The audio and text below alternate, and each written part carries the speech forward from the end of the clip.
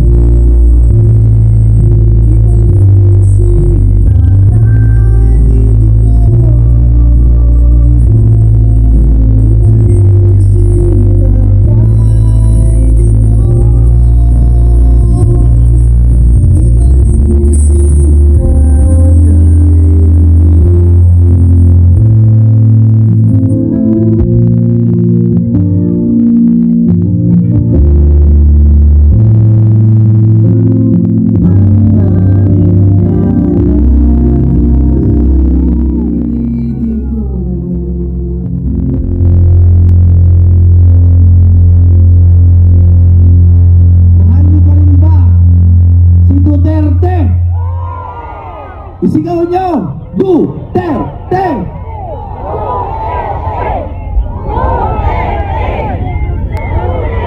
Alam ko po na mas kilala ninyo ako bilang singer. Alam ko po yun. Yung iba po, pareho po kami ni Philip ng problema. Kuminsan po, kapag ang pakay mo sa buhay ay magpaligaya ng tao, kuminsan po, nilalait po ng tao yung sining, yung pagpapaligaya, yung tinatawag nilang entertainment. Ang gusto ko lang parating sa inyo, na sa kasaysayan po ng ating bansang Pilipinas, napakadami pong artista at napakadami pong awitin ang nagsalba sa bayan na ito. Alam niyo po, pag nagsispeech ako, ang haba-haba ng sinasabi ko, abogado din po ako, ang dami kong sinasabi tungkol sa batas. Pagdating po sa dulo, sumisigaw yung tao, sample, sample, ganyan. Kaya pwede po ba, mamili na po kayo. Ano ba gusto nyo? Speech o sample? Sample? Kita nyo? Kaya hindi ako tumataas sa survey. Ano? Speech muna bago sample. Marami pang ibang magsasalita. Ganito na lang. Magsalita ako 5 minutes lang. Tapos kakantahan ko na kayo. Okay lang? Kasi po, nandyan po. Pagkatapos ko, si Philip Salvador. Nandyan! Rodante Marcoleta. Senator Bato de la Rosa. O, nagsalita na si Doc Mata, si JB Hinlo. Hindi ko alam kung sino pa yung ibang dadating, sasabihin ko na lang mamaya, surprise na lang po. Magsasalita lang akong konti, okay lang po ba? Sige po. Pinakinggan nyo bang maigi yung ibalik nyo si Tatay Digong? Pinakinggan nyo maigi? Masakit, di ba? Alam niyo po, kami, ng mga senatorial candidates, nasa Hong Kong po kami. Nasa Hong Kong, biglang nabalitaan namin, pag uwi daw namin, meron daw dadakip kay Tatay Digong. Sa totoo po, halos walang maniwala sa amin kasi sabi namin, di naman siguro, baka chismis lang yan. Pag uwi po namin, kinuha si Tatay Digong, diniretso sa Villamor, tapos dinala sa Netherlands. Okay lang ba yun? Kaya po meron lang akong sabi ko sa inyo 5 minutes. Sasabihin ko mabilis na bibilis ang tatlo kong gustong sabihin.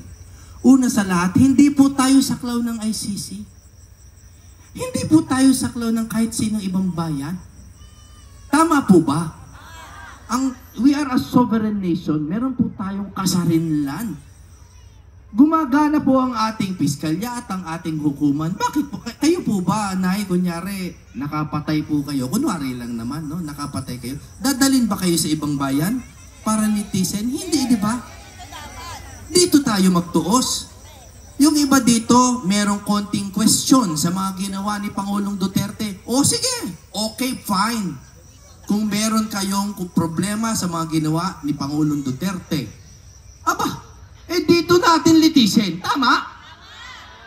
Papayag ba kayo, mga puti ang naglilitis sa ating mga Pilipino? Kung pwede nilang gawin yan sa dating presidente, paano pa tayo? Tama? Number 2, ilan po ang bumoto kay Vice President Inday Sara? Ilan sa inyo bumoto? Ha? O halos lahat?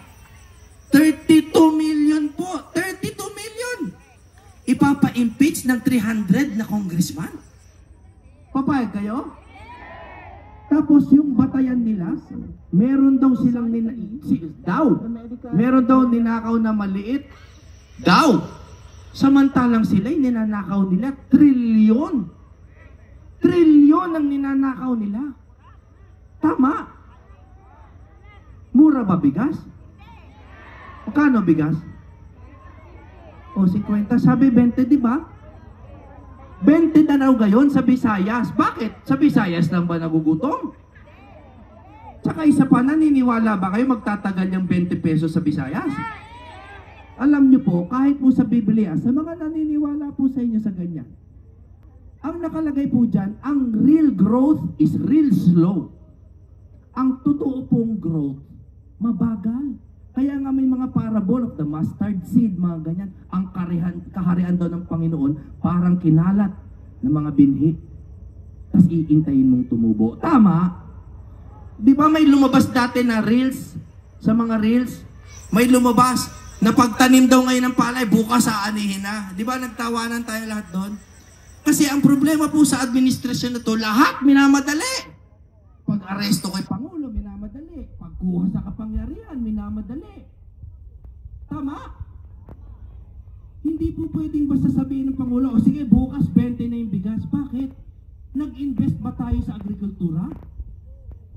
Nagbigay ba tayo ng mga harvesting machine?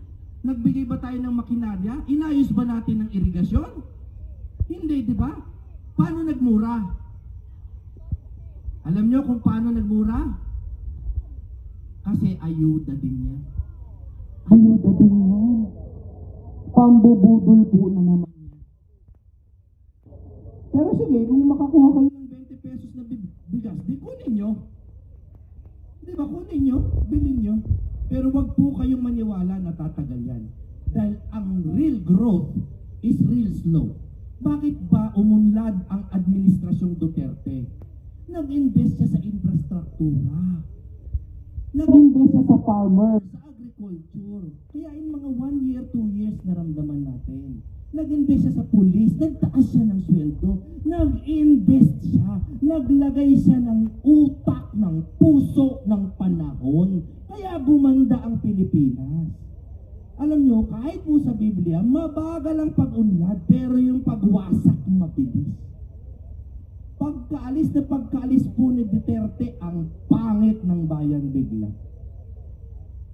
Napakabilis po magnakaw. Ang hirap mag-ipon. Tama po ba? Kaya po ang number 3 ko pong hihingin sa inyo bago tayo magkantaan. Okay lang ba kumanta ako? Okay lang? Kasi alam mo kung minsan feeling ko, pag kumakanta ko, baka hindi niyo na ako siniseryoso. Di ba no? Ay, singer lang yan. Ganun ba tingin niyo sa akin? Talaga? Promise? Wait. O sige, ang pangatlo ko request ito. Kung hindi niyo lang po bubutuhin yung Duterte, huwag niyo na po ako iboto. Hindi po ako nagdadrama ha. At hindi po yan campaign. Gimmick. Alam niyo kung bakit? Useless. Tama. Kasi po, ang Senado po, Tungkol sa numero, nandyan po ang idol ko, Senator Bato de la Rosa. Nilabanan ang mga adik. Tama? Bilang pulis. sa Senado, Sila ni Bongo, Senator Bongo, malasakit. Tama? Senator Robin, nandun pa. In 3 years pa ulit yan pang re-election. Tama? O sino pa kakapin natin doon? Sino pa? Sino pa alam nyo na hindi papa-impeach si BP Sara? Sino pa? Kanino pa kayo nagtitiwala doon? Yung buong buo. Wala, di ba?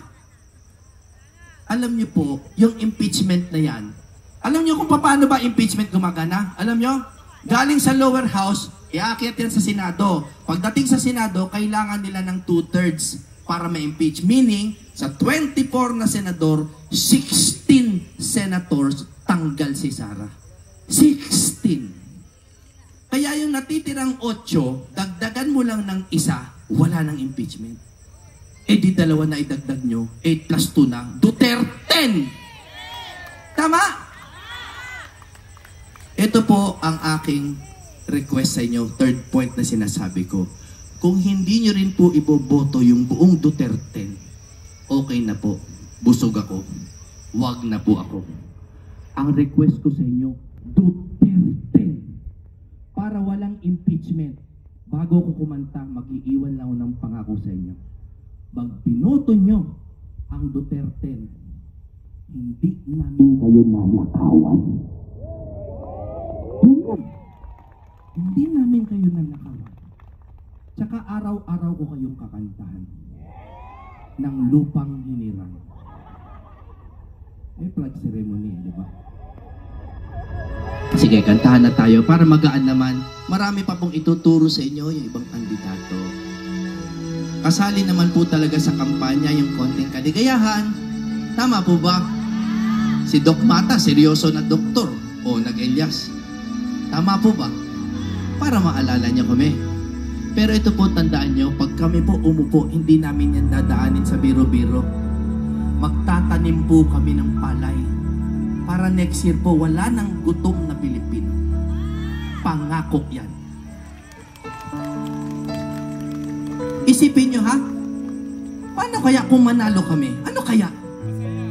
Hindi kaya babaliktad ang buong Philippine political landscape? Babaliktad ang politikang Pilipino? Na hindi na kailangan gumastos ng 1 billion para makaupo? Napakaganda sana, no?